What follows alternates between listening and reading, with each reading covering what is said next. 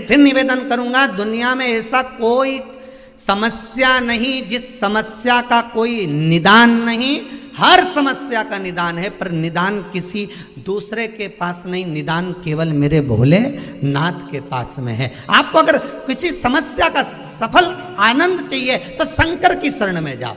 आपको सीहोर आने की भी जरूरत नहीं है, आपको हमसे मिलने की जरूरत नहीं है, आपको पंडित प्रदीप मिश्रा के पास नहीं आना, आपको किसी बाबा जोगी के पास नहीं जाना, आपको किसी के बेल भभूति लेने नहीं जाना, आपको तो शिव के पास जाना।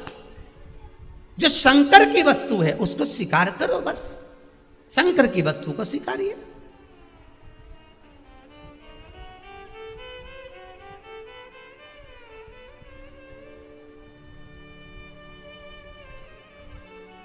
शंकर की वस्तु को स्वीकार करना चालू कर दीजिए।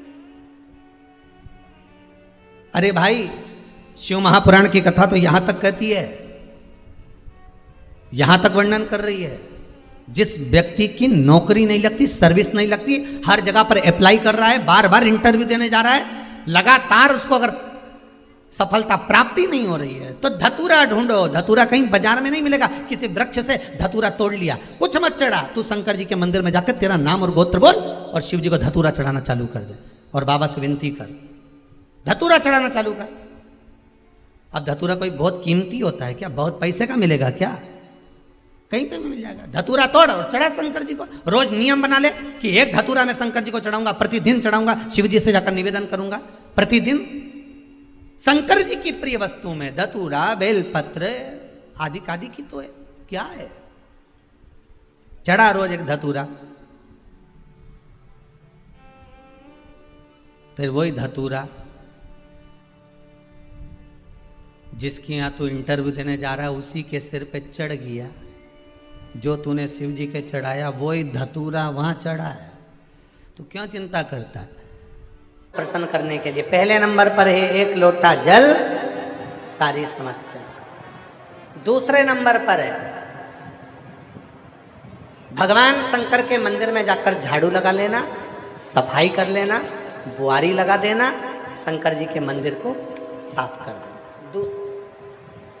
और तीसरे नंबर पर है शिव जी के मंदिर में या बेलपत्री के वृक्ष के नीचे या शंकर भगवान के मंदिर में एक दीप प्रज्वलित कर देना, दीपक लगा देना। रोज प्रतिदिन शिव के मंदिर में या प्रदोष के दिन या सोमवार के दिन या तो बेलपत्री के पेड़ के नीचे या शंकर जी के मंदिर में दीप जलाना। 3 चीज। जल चढ़ाने वाले की सारी समस्या का हल शिव कर देते हैं। झाड़ू बुआरी करने वाले के जो शिव जी के मंदिर में झाड़ू लगाता, पोछा लगाता, बुआरी लगाता, सफाई करता, भगवान उसकी जितनी दरिद्रता है, उसके जीवन में जितनी तकलीफ है उसको साफ कर देते हैं। और तीसरे नंबर पर है दीपक जलाने वाला। उसको अगर कहीं मार्ग नहीं मिलता, उसको कोई रास्ता नहीं मिलता, उसके बच्चों को कोई राह नहीं मिलती, तो वो दीप जलाते जलाते एक दिन शिव को प्राप्त कर लेता।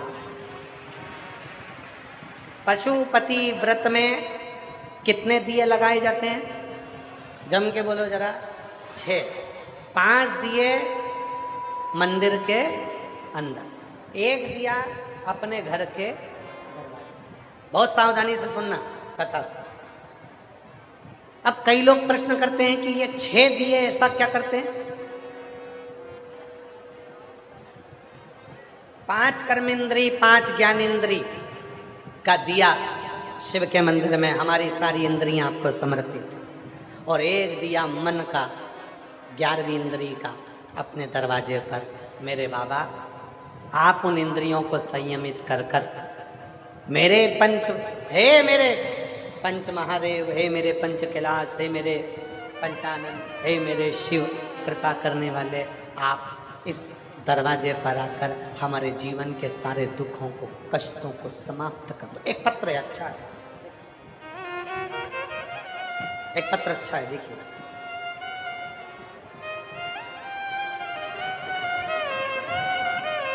मेरा नाम संजय है, मेरा मोबाइल नंबर ये है।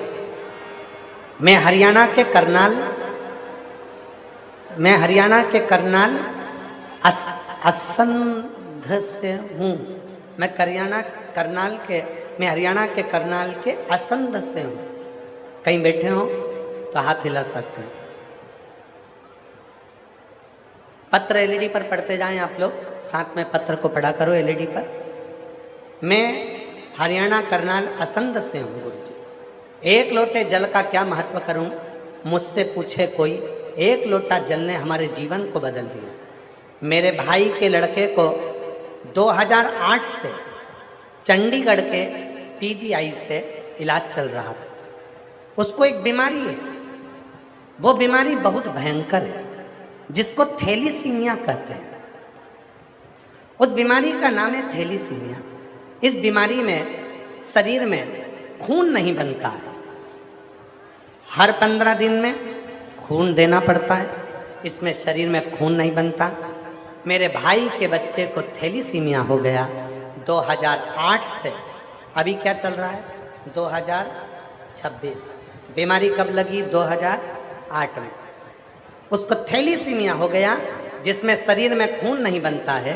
डॉक्टर ने बोला जब तक ये जीवित है तब तक ये दवाइयों के भरोसे रहेगा और इसको खून चढ़ाना पड़ेगा। हर 15 दिन में उसको खून चढ़ता।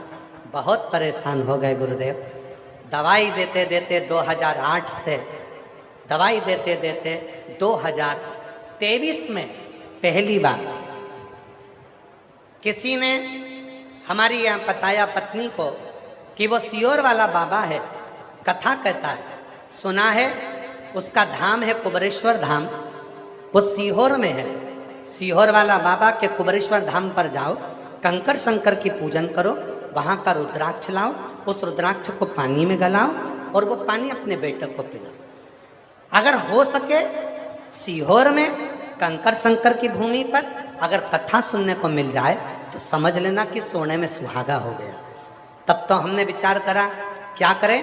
हम अपने बच्चे को लेकर 2023 में कुबरेश्वर धाम कंकर शंकर की भूमि पर कथा सुनाने के लिए ले गए। गुरुजी 2008 से बीमार मेरा बेटा 2023 में कथा सुनाने के लिए ले गए और बाबा की ऐसी कृपा हुई, कंकर शंकर की पूजन कर कर रुद्राक्ष महोत्सव में अटेंड होकर रुद्राक्ष महोत्सव में गए और वहाँ कथा सुनकर वहाँ का रुद्राक्ष लेकर कंकर लेकर आ गए और बाबा बेटे को जल पिलाने लगे। आज बाबा की ऐसी कृपा हुई गुरुदेव, 2023 से धीरे धीरे बेटे को उस रुद्राक्ष के पानी का असर होने लगा और बाबा की कृपा से कंकर शंकर की पूजा का असर होने लगा। आज बाबा की कृपा से मेरे बेटे की सारी दवाइयाँ बंद हो गई और उसकी थैलीसीमिया की बीमारी समाप्त हो गई। मैं बाबा को यहाँ प्रणाम करने के लिए आई हूँ। जो 2008 से दवाई ले रहा था, आज बाबा की कृपा से पूर्ण तरह से स्वस्थ है।